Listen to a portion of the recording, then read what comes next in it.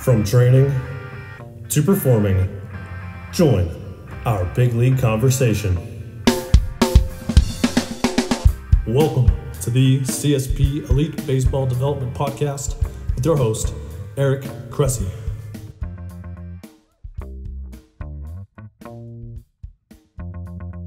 Welcome back to the CSP Elite Baseball Development Podcast.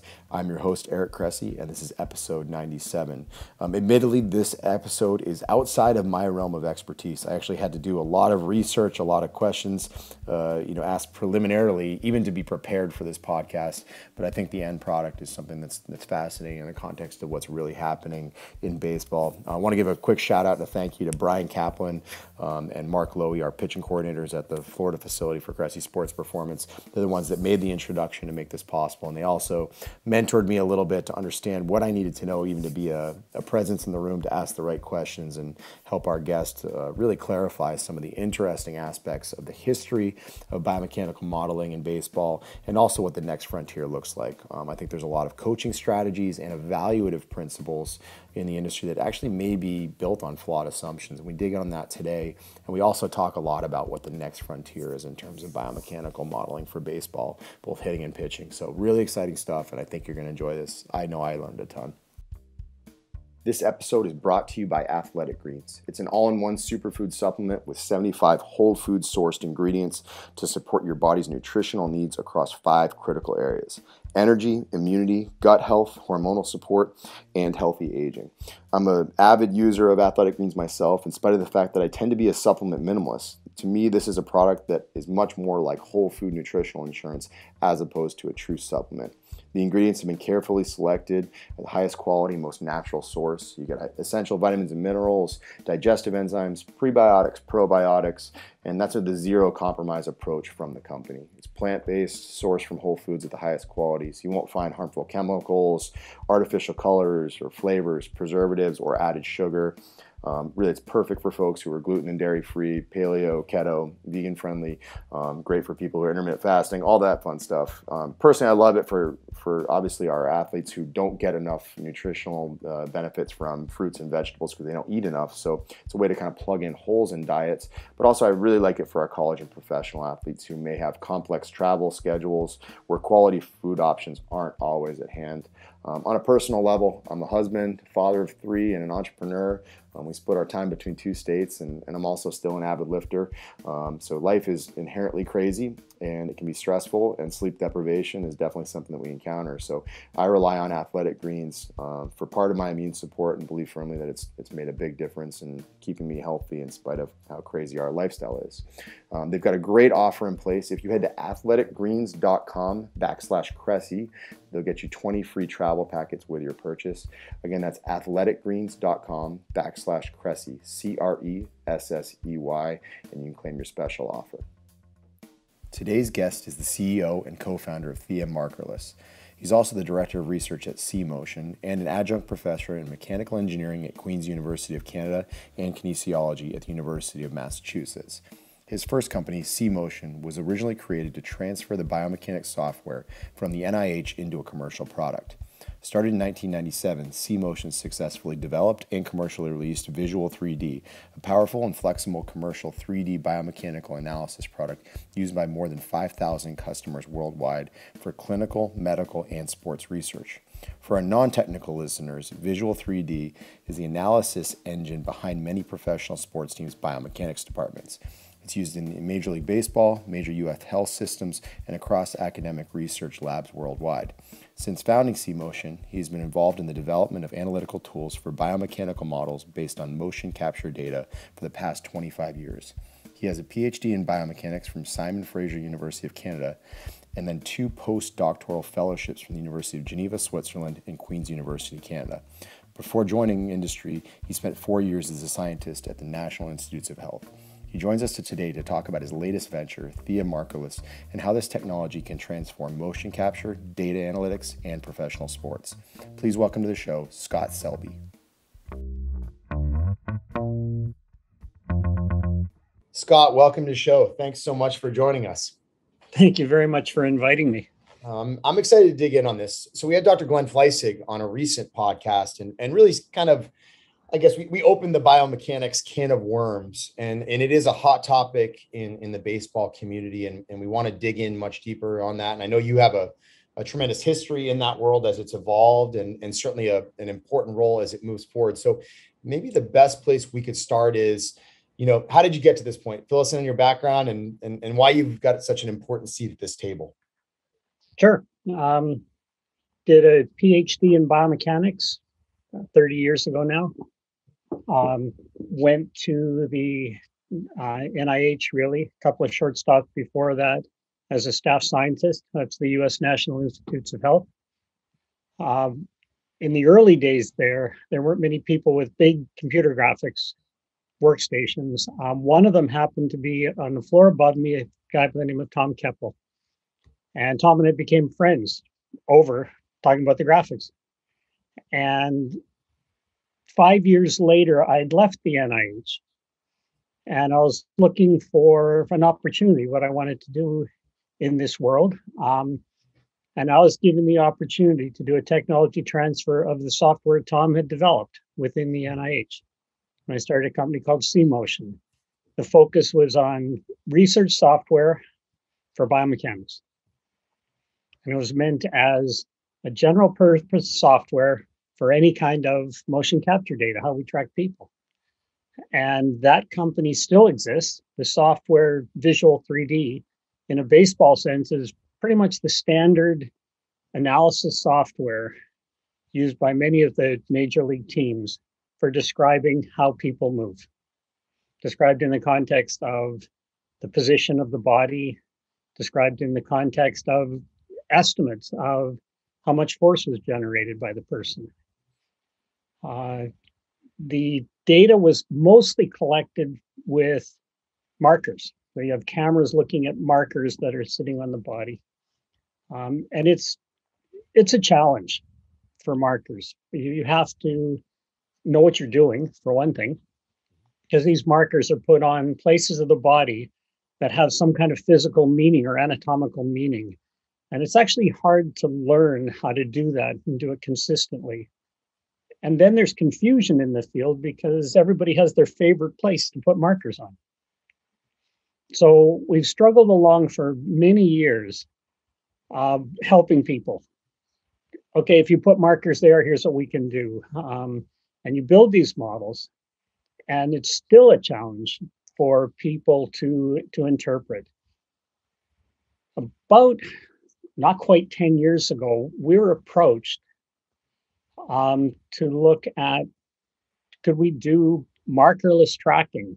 My answer was, well, no. We certainly don't know enough about markerless tracking to make this work. The techniques that were out there never quite met the expectations of the community that bought the systems or used the systems or saw the data from the systems. But there was a sudden transition in artificial intelligence or machine learning when deep neural networks demonstrated that they could recognize handwriting. They could recognize objects. And wasn't very long after that where someone said, well, if you can recognize things based on shape or based on color or based on however the neural network worked, well, surely you could recognize parts of the human body. And this insight proved extraordinary for motion capture. It turns out that if you take a neural network and you train it to recognize the human body, if you're given enough images, for Thea 3D, we have well over 500,000 different people in a database that have been hand annotated to point out these locations. If you have that, turns out the neural network can find that quite consistently across different people in different environments, and even multiple people at once. When it became apparent that this is going to work, we hadn't quite made it work yet, but when it became apparent that this could work, C-Motion actually spun off Thea Markerless as a company to start tackling this. And we'd had some experience. I had two very bright graduate students at Queen's University in Canada Marcus Brown and Chris Selbie, and they were all ready to go. So we co-founded this company, and we have been slowly building up the complexity of our neural network and slowly building up the complexity of how we model the body until we're at a point now where we can track the human body in many poses. We can track the human body in motion. We track it without any external information about the person. So you can simply point cameras at the person and we will estimate where the skeleton is. Now, I want to be very, very clear that what we're trying to do is understand biomechanics. So we're really trying to understand it from the level of joints and eventually from muscles that act on those joints. We're really focused on that underlying structure and the stresses that it goes through and the consistency with which it behaves. We're not actually interested so much in what it looks like. We're not so much interested in the skin. We're not so much interested in how clothing moves on a person. We're not quite interested in really the relationship between different people. We're trying to understand how one person behaves and try to use that information to perhaps predict that that person is susceptible to injury, or perhaps predict that they did something different today than they did yesterday. And that's why yesterday they got 10 strikeouts and today they were blown out in the first inning. They did something different. And it might be subtle, might be obvious, but it might be subtle. Can we capture that? And lastly, can you pick up cues about the other team, about other pitchers? So if you knew that a curveball was coming, you're going to hit better than if you didn't know it was coming. Absolutely.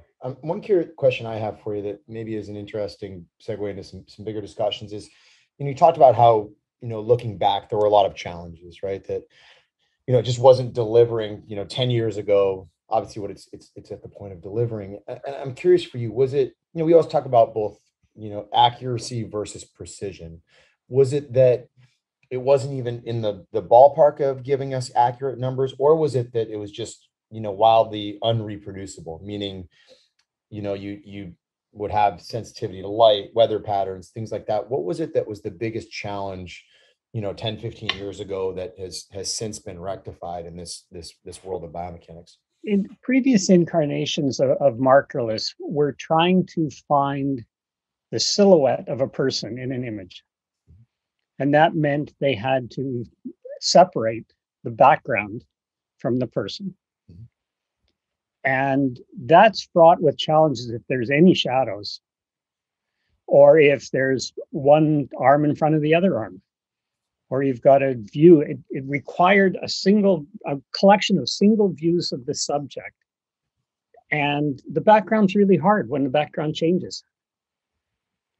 And finding a surface of the body, a silhouette really in 2 dimensions, and finding a skeleton within that surface is not obvious. It's not obvious where the skeleton fits in the surface if you haven't actually identified where it fits in the surface. So there are a couple of problems with it. One, it tended to be for a single person at a time. It tended to struggle with lighting. It tended to struggle if there were occlusions, one arm over the other arm or another person in the way. But mostly it really struggled trying to get the axial rotation of segments, because the silhouette doesn't contain, if you take your hands and just rotate them in and rotate them out, the shape of your forearm doesn't change very much. Interesting. And the shape of your arm doesn't change much, and it's not captured by that silhouette very well. So here, if you're looking at baseball and you're not looking at the axial rotation of the segment, what people just call arm rotation is the axial rotation. If you're not getting that very well, you're going to struggle to say very much about pitching. That's a tremendous point. And, one of your questions that maybe you have that builds on it is, we often talk to athletes that, the pitching delivery or the swing or whatever it may be, is it's not just about positions, but it's also about pressures. You might have, athletes in given, joint angles, whether it's, frontal, transverse, sagittal plane, whatever it may be, but how they're using the ground, what kind of force transfer is in place. Is that something that you feel like has traditionally been appreciated in biomechanics research? Is it something that, we paid way too much attention to joint angles and we didn't actually think about the forces that were taking place, or where's your head at on that? The biomechanics that's a very, very tough question. There was actually an article written a couple of years ago on misconceptions in biomechanics. And one of them is really what we're calling contact within a joint. So how do you measure the force within a joint? The force maybe that's going to rip your UCL. How do you represent that? It turns out it's not obvious from just motion. You can't just take the motion and estimate forces. We call them forces or torques on the body. Those forces and torques are an external measurement, so to speak, but they don't reflect what's going on inside because of what the muscles are doing. The muscles also contribute the load, and we can't measure the muscles right now. So historically, people that have tried to describe the kinetics or the forces that are generated by a motion did not consider muscle. So they were always underestimates of the load. Muscle modeling or modeling of these structures we're still not doing it yet. There are people doing it. It's still in its infancy, really, in baseball. We're still really talking about external forces. So if you look, people are trying to understand that. I think they're talking about foot plant, but in various postures, sometimes it's not obvious that the force that's really going through the joint, or what the muscles are doing. Different poses will generate different reactions in the body for the same measured force, or vice versa. Different poses will actually cause there to be different forces generated. There's a lot more attention paid now to at least ground contact, but we're still a long way from knowing what's happening. What are the stresses in the joint that are causing injury? That's still an incredible challenge that's still in its infancy. That's really intriguing to me. So we had Ben Hansen, who's now with the Chicago White Sox, on as a previous podcast guest, and Ben made the statement that he didn't think that on the whole we necessarily understood pitching mechanics as they relate to preventing injuries. What we know now is much more about optimizing performance.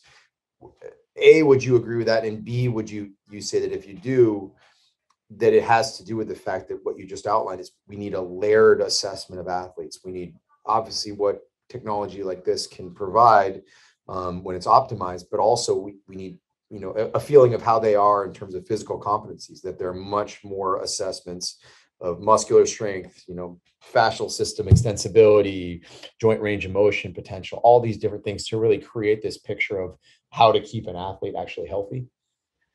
You can't tell in the podcast, but I've got a great big smile on my face. That's a great question.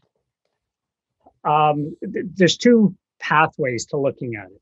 Ben's absolutely correct. If your path is, let's take a whole bunch of motion data of the subject, and let's take a very complex model of the structure, very complex model of the muscles, and say, we know what happened in that particular pitch, or even if we were so bold as to say, we know what happens in every pitch, we'd still have trouble talking about injury. So an approach to injury that is, let's understand all these details, the etiology of this process. Let's try to understand pitching. That's a long way off. There is a different approach to it that's not nearly so negative.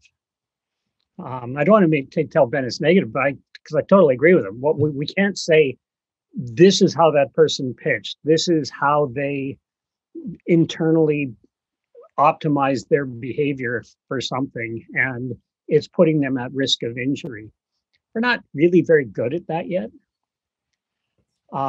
where people are going, and we're not there yet, is to say, let's use machine learning. Let's use data analytics, but apply it only to the injury prediction. So instead of trying to explain behavior, let's try to predict some event. Let's try to predict an injury. And so the approach naively is to collect a lot of data on as many pictures as you can find,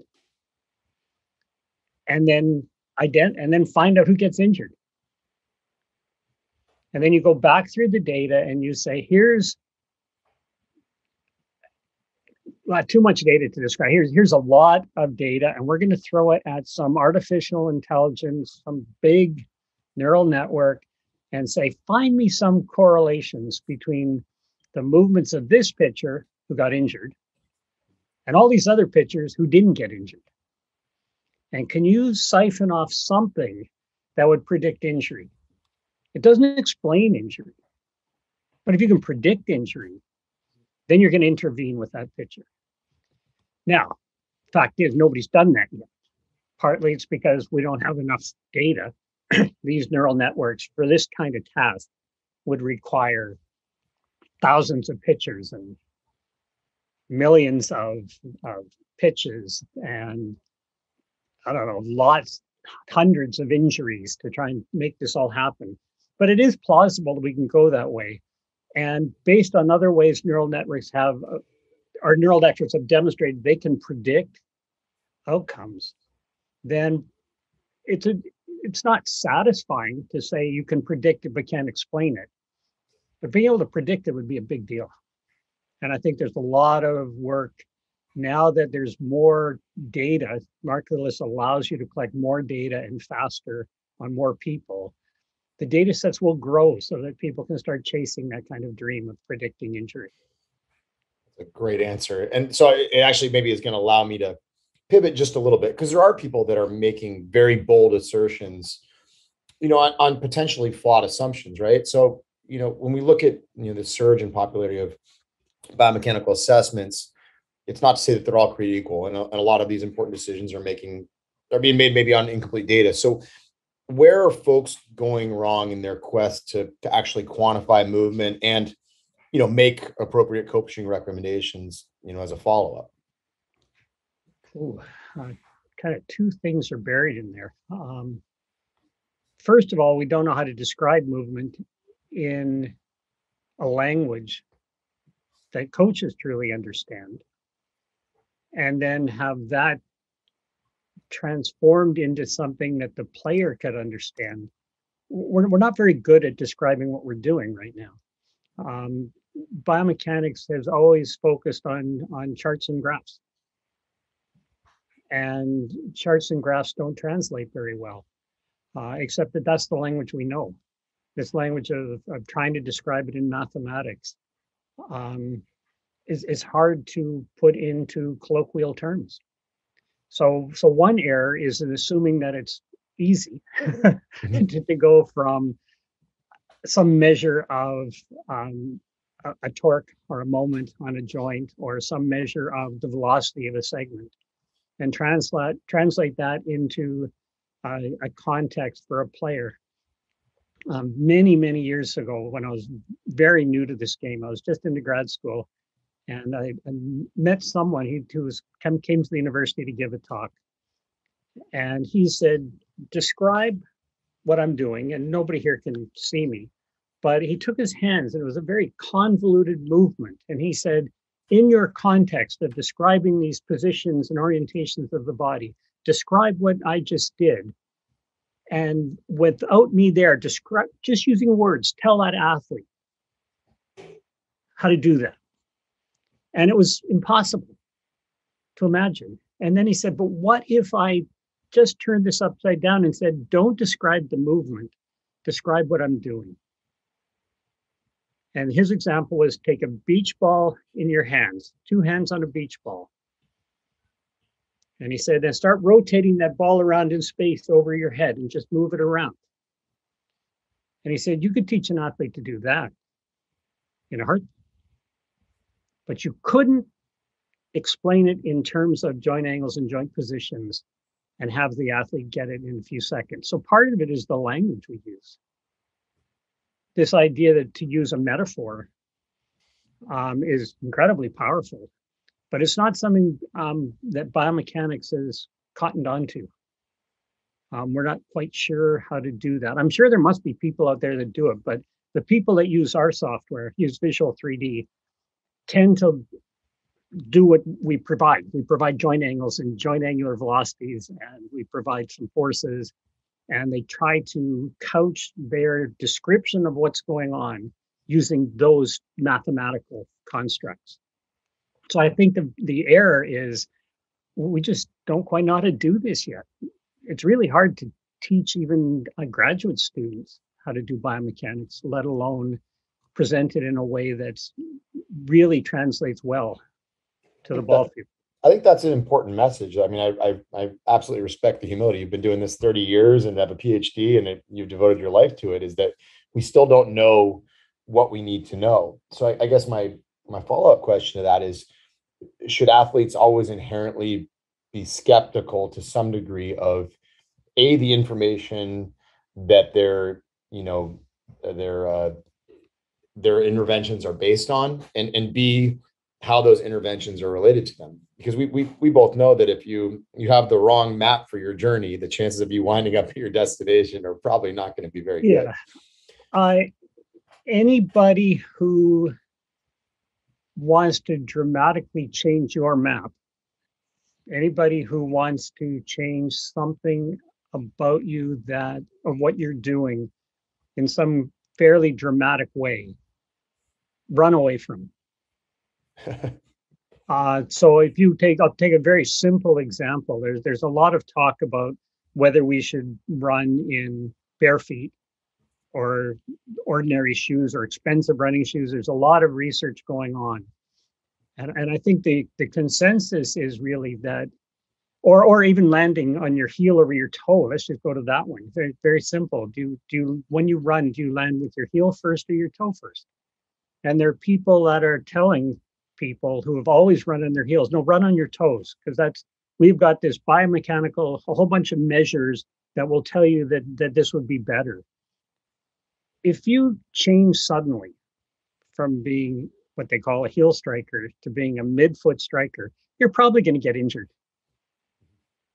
So anybody that's coaching you and is working with you gradually and taking you through something, you can go along the way and see if you're making progress. But someone who comes in and wants you to do something dramatically different, be very, very careful. I think that's an interesting one, and I want to build on it a little bit, because I think there's another aspect of this. Certainly we've talked about quantifying movement, but there's also the outcomes, right? So now, ball tracking is a huge priority in the baseball world, particularly in light of kind of the pitch design revolution.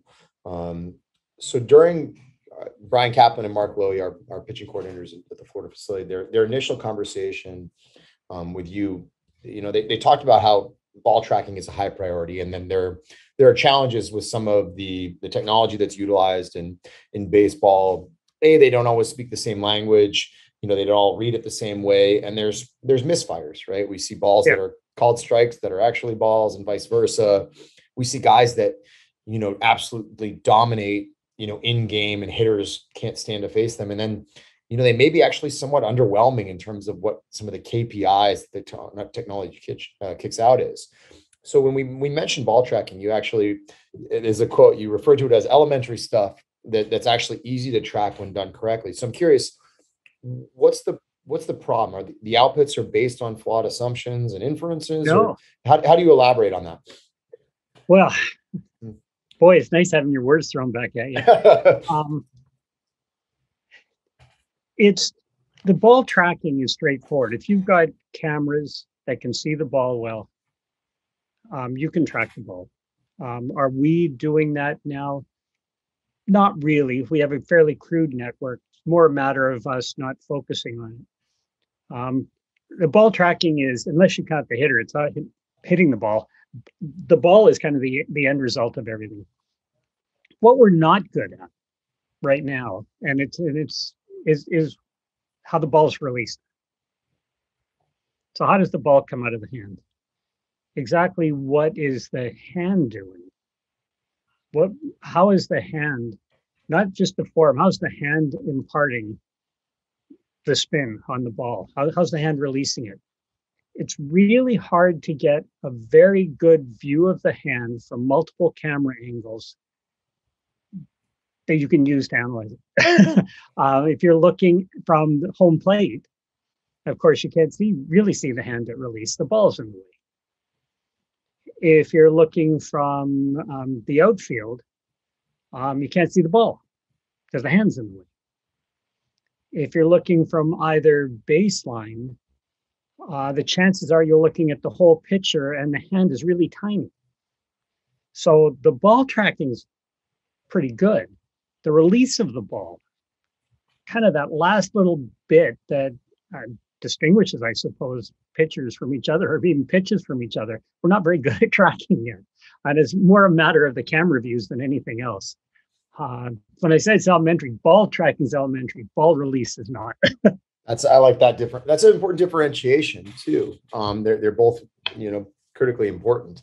And maybe actually it works in line with a subsequent question is, a big part of ball release is that foot plant has effectively taken place. And you referred to it before, and there's, maybe some different interpretations of what foot plant really is. Is it weight bearing foot strike? Is it actually just initial touchdown?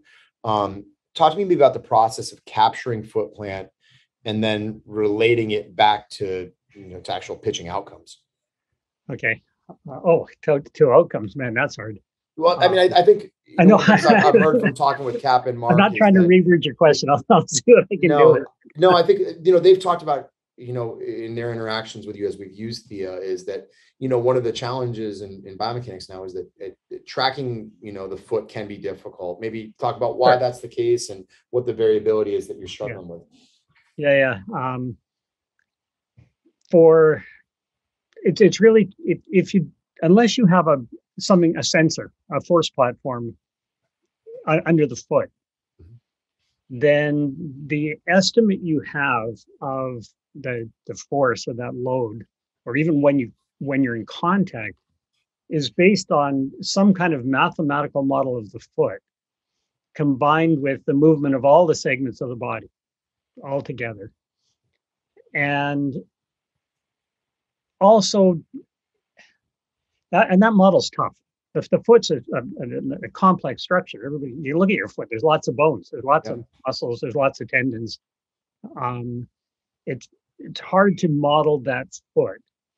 And when you're trying to track the foot with a force platform, they actually almost ignore the foot. You say, a force platform recorded it, so that's great. We'll just use that information.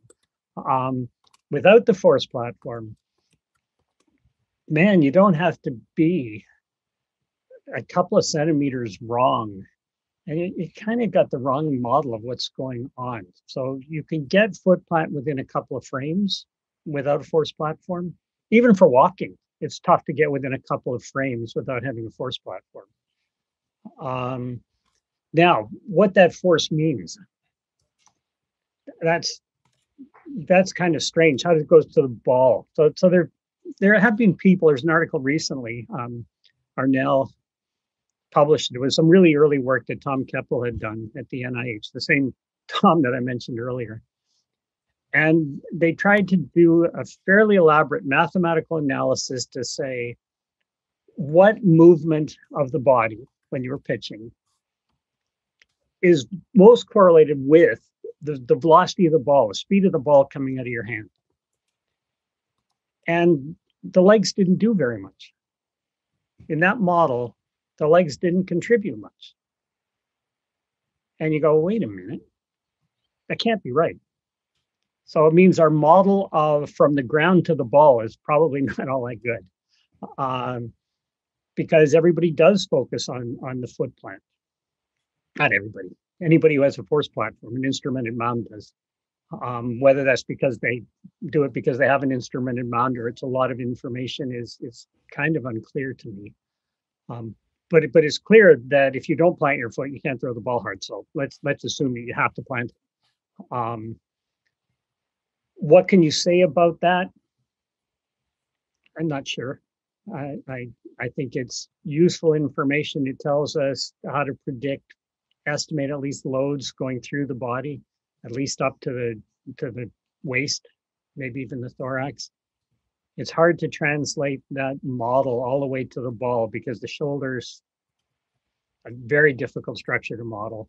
And the back, it consists of many segments, not one or two. So our models aren't very good. So can we really use that force data to tell us something about what's going on at the hand? I'm not convinced.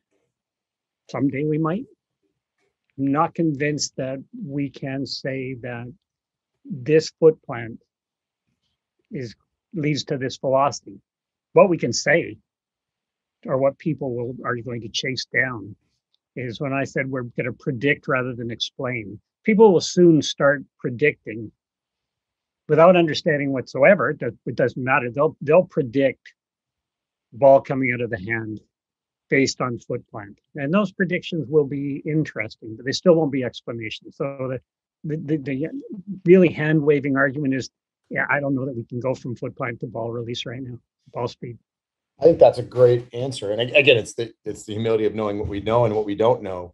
So I guess, we talked about the complexities of the shoulder and, even just looking at, the shoulder joint, right?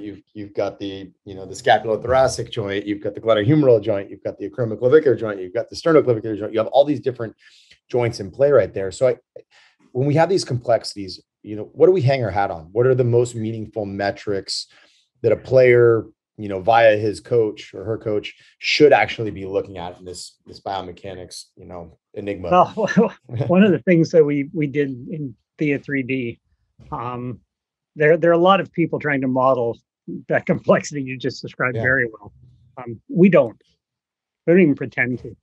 What we're saying is we're going to actually track the top part, the arm part of the shoulder. We're just going to track that independently. And we're going to show you the movement of it relative to the thorax. We're not going to try to model it because the models are such simplifications, especially for pitchers who get themselves in positions that, you don't see in a laboratory. I still can't get over some of the positions. So does the shoulder movement matter?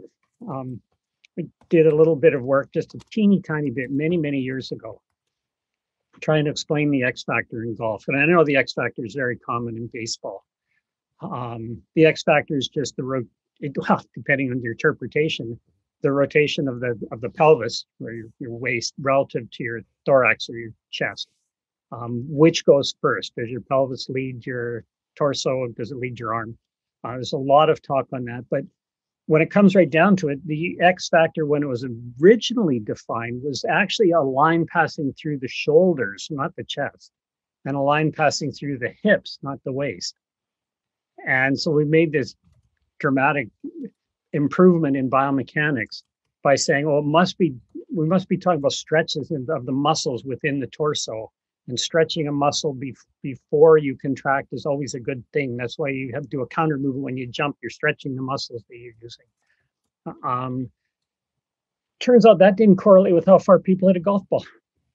So we had this wonderful explanation from biomechanics based on all this work on stretch shortening of muscles. And it turns out that shoulders relative to the hips had no real anatomical meaning, but that correlated with hitting the ball. So we were a little bit chagrined, or at least I was. Do we really focus on the shoulder? I don't know enough about baseball to even know how to teach someone how to throw, but I'm not going to teach them how to move their shoulder. I bet I'm going to teach them how to move their hand and their pelvis and their thorax, and let the shoulder do whatever it can do. It's a bad answer, but I'm just afraid to get too in detail on the shoulder, or to try to tell someone even to think about their shoulder is hard. I think it's a valid point, because we are in an era of, it's popular to obviously manipulate, from a pitch design standpoint, how forces are being imparted to the baseball via the grips. But we're also seeing a surge in popularity of guys reshaping arm paths and trying to get shorter and shorter and shorter.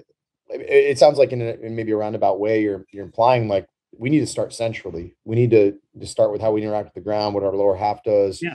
what our torso does before we start changing what an arm is doing on a torso. Well, it depends on if you're changing hand position, maybe making someone throw more vertically or less vertically, if that's such a term, less vertically. Mhm. But if you're getting into the details of what they're doing in the shoulder, I think that you're going to struggle to have people understand. I think hand position relative to the thorax is relevant. How they get to that hand position, I'm not sure. Yeah, I'm out of my depth here on that one. But I think there's a lot. Oddly enough, we're really, really good at positioning our hand in space.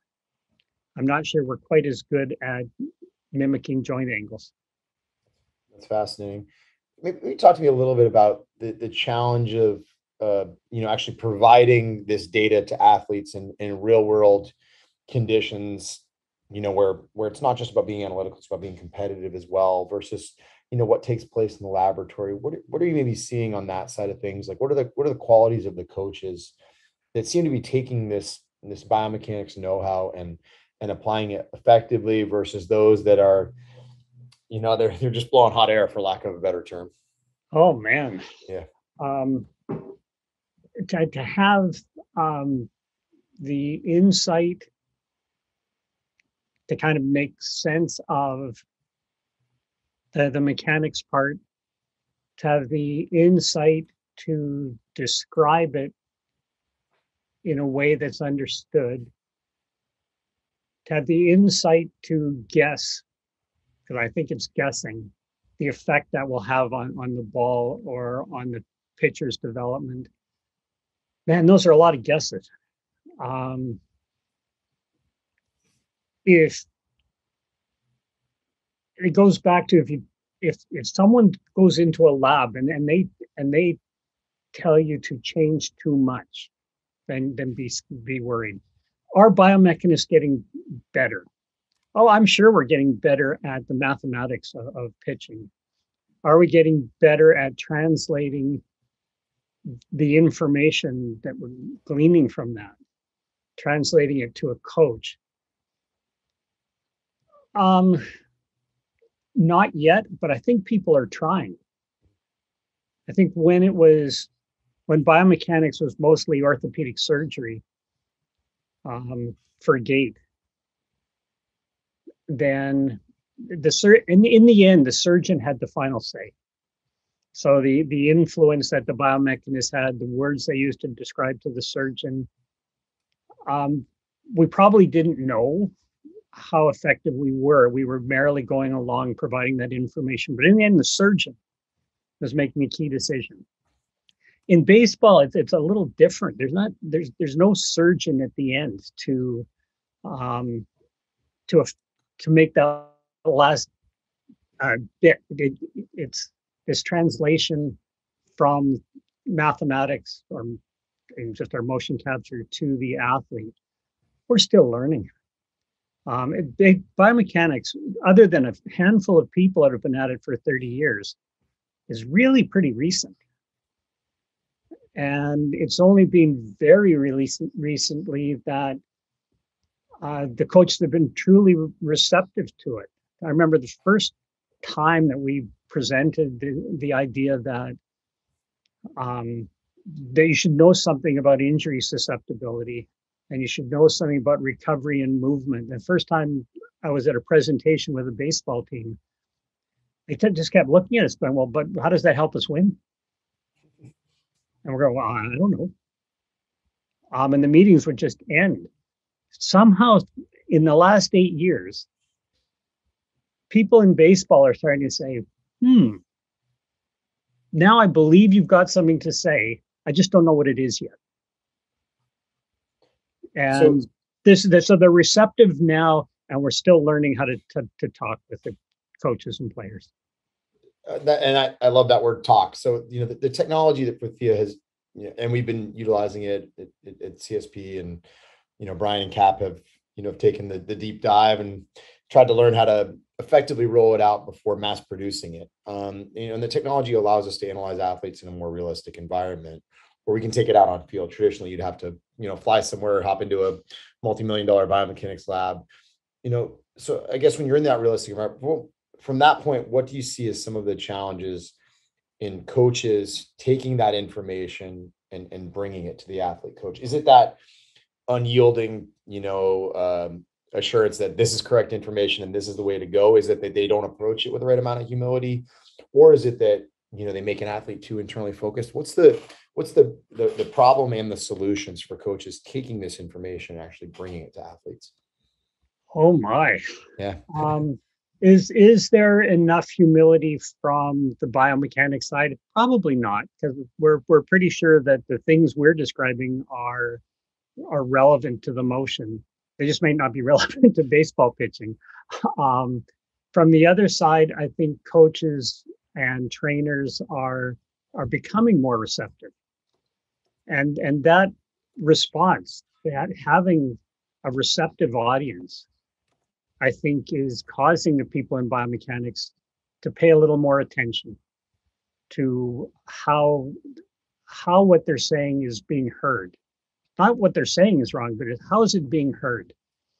And that translation to the player themselves. There's this mystical idea that I've heard that maybe the player can teach themselves if they had this data. So let's go one step past you. Or do we have there's possibly a receptive audience in coaches that want to learn how to grab the bits, how to turn what they've been looking at and convert our words into their words and find something consistent. But there's talk now of players training themselves with motion capture, because now you can just turn cameras on and capture yourself and go and look at it. That I find a little more scary, because that goes to the point you're making. Are they going to get so tangled up in how they're doing something they'll forget how to do it? Yeah, that's a big worry. So the coach is in between to make sure they don't get too hung up on the details. Absolutely. Now, what's the next frontier? Obviously, as you alluded to earlier, this, the technology available to us has surged over the past, 30 years since, you got rolling with this, and even more so in the last, 5 to 10. What's next? I mean, is it a continuation of the markerless versus marker? Where else do we see this progressing? Well, there will be no markers. Mm-hmm. It's all markerless. The transition won't be from some hybrid system of markers and markerless. It will be just markerless. The question really is, how much accuracy do you need? So if you need to accurately locate the body, figure out the positions that a person is in. If you need to do that accurately, you need many cameras. You need the base is typically 8 cameras. That's what you'll find in most major league stadiums that have motion capture, is 8 cameras. Partly it's so that you have enough views of the person, of the pitcher, that one arm's not blocking the other arm or the leg's not blocking the arm. You got to see it from many different views to put it all together. But this is complicated. Now you have 8 cameras that have to be synchronized in some ways. They're collecting data at the same time. Not all cameras can do that. But that's if you need to be accurate. What if you don't need to be that accurate? What if you're only looking at timing? You only want to know perhaps when the foot plant happened, and maybe when the hips started moving. You might be able to get that with one camera. One camera gets incredibly exciting, but one camera doesn't give you depth very well. So you're always guessing at the depth. And so if you're looking at a pitcher and you're trying to get rotation of the pelvis or the thorax, that's happening in the planes in the direction you can't see, because you can't see depth very well. So you're making some guesses. But if you ask the right questions, If you go to one camera, you've got every scouting video in the world sitting there waiting for you to use. So what's going to happen in the next few years, my guess is we're going to figure out when we need to be accurate, and people are going to figure out when we don't need to be that accurate. And if you don't have to be that accurate, then this is going to be everywhere. Every player is going to be able to track themselves. So in our view, the way to know if your one camera solution is effective at anything is to actually start from an accurate 3D representation. So I'm not sure how you get to 2D without having 3D. I love that answer. And as part of a bigger assessment pool as well, right? It's one thing to see it. It's also another thing to go over the injury history, to understand the performance outcomes. And I guess, Brian Kaplan, who you've interacted with a bunch, I always reuse his line, don't try to coach the different out of somebody. Are we, and I think that was maybe one of the problems was early on, these biomechanical models always tried to find the average.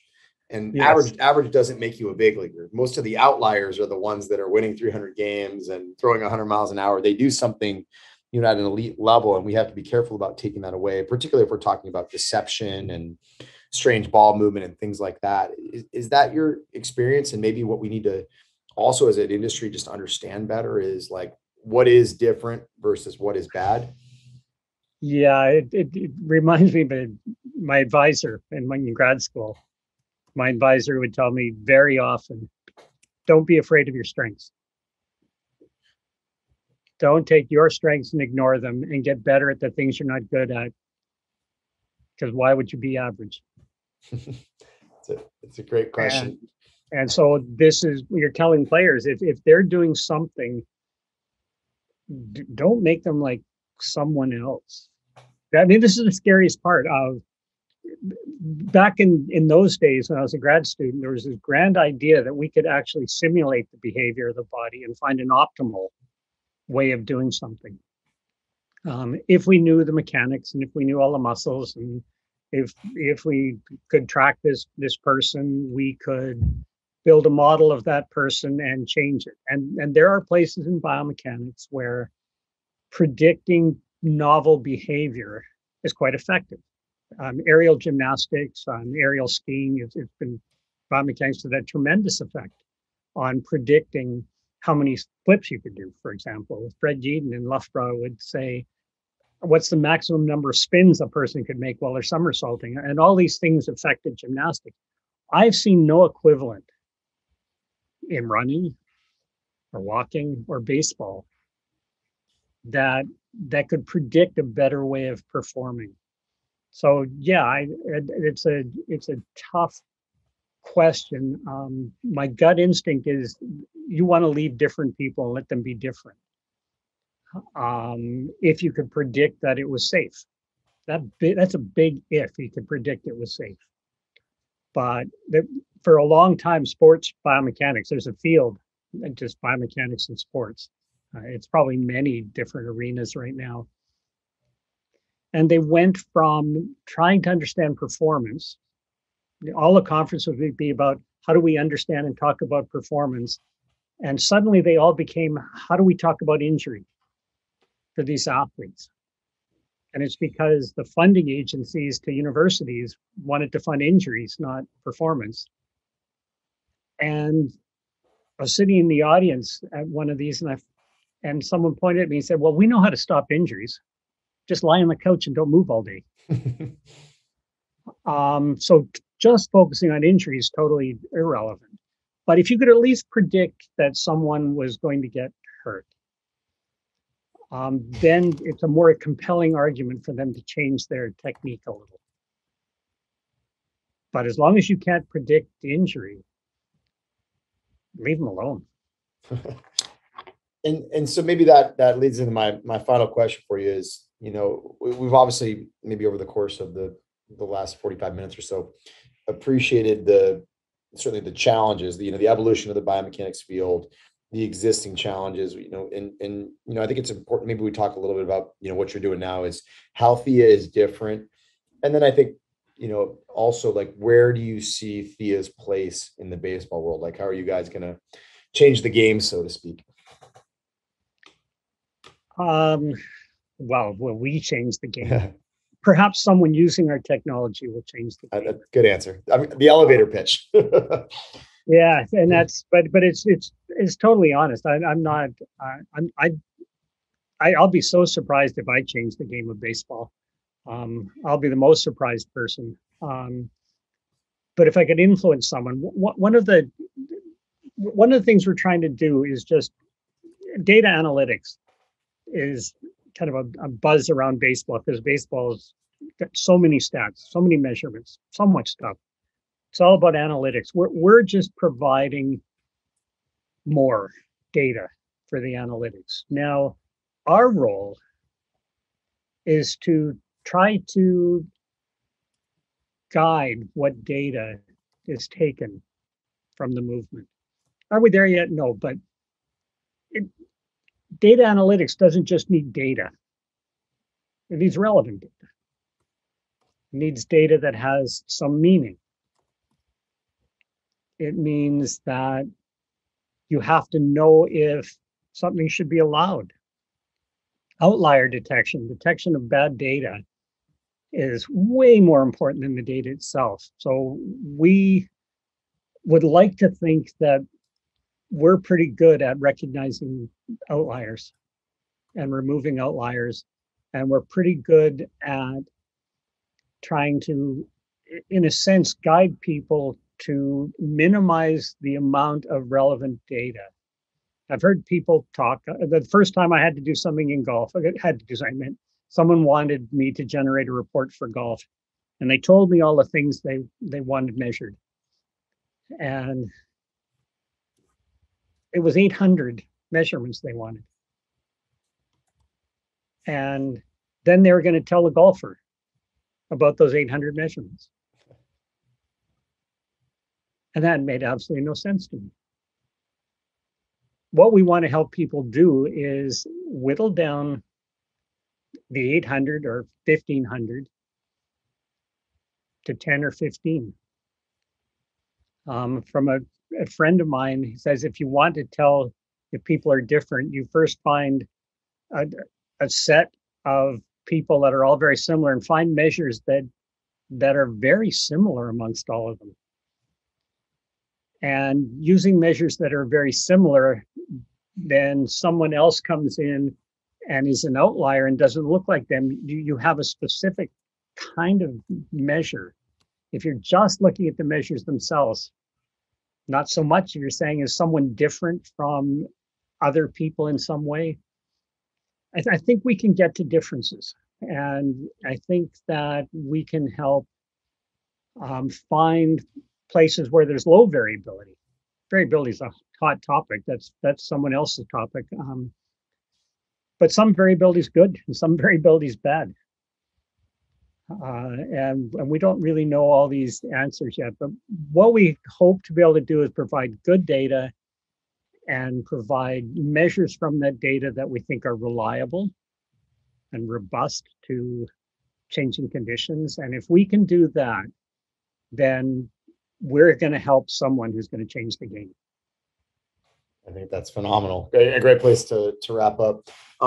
Folks can find you. It's at Thea, THEIA Markerless on Twitter, and it's theamarkerless.ca on the web. Really good information, outstanding, obviously, technology as well that we're rolling out and very, very excited about, across all levels of amateurs and our professional players. So, Scott, this was wonderfully informative. So thank you very much for taking the time. Oh, thank you for having me. It was it's somewhat challenging to be sufficiently humble because we don't really know what we're doing, and to be sufficiently bold to say, but we can make a difference. I think humility is always the best course, and you're obviously an extremely bright mind, and you were at the forefront of all of this. So I think it's a good lesson for all of us, is even when you have 30 years, in the field, that there's still more we can learn, and then we can always be, even cautiously tactful in the way that we utilize our information and our cues with our athletes in an era where it's very, very easy to add more data points and more technology interventions without necessarily having assurance that they're really going to be a perfect fit for our athletes. So I appreciate the perspective. Thank you so much for coming on. Oh, thanks very much, Eric. I really appreciate it. Thank you for joining us for another episode of the CSP Elite Baseball Development Podcast. If you enjoyed this episode, we'd be thrilled if you'd consider subscribing to the podcast and leaving us a review to read on iTunes. We welcome your suggestions for future guests and questions. Just email elitebaseballpodcast@gmail.com. Thank you for your continued support, and we'll see you next episode.